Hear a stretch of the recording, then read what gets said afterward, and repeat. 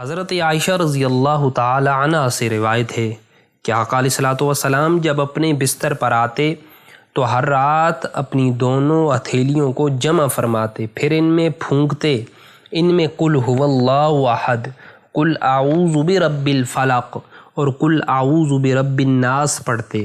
پھر ان دونوں کو جہاں تک ہو پاتا اپنے جسم پر پھیرتے،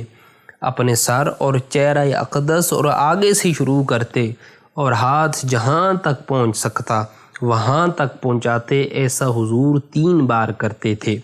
یہ سورت جنات اور شیاطین سے بچنے کے لیے بہت مفید ہے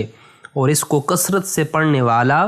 ہر قسم کے شر سے محفوظ رہتا ہے۔ جو شخص رات کو سوتے وقت سورہ فاتحہ، آیت الکرسی، سورہ اخلاص، سورہ فلق، سورہ ناس ایک مرتبہ پڑھ کر اپنے ہاتھوں پر دم کر کے دونوں ہاتھوں کو چہرے اور سر سے لے کر پیٹ اور ٹانگوں تک پھیرے، انشاءاللہ وہ رات پر جنات اور شیاطین کے شر سے اور دیگر سماوی آفات سے محفوظ اور اللہ کی پناہ میں رہے گا۔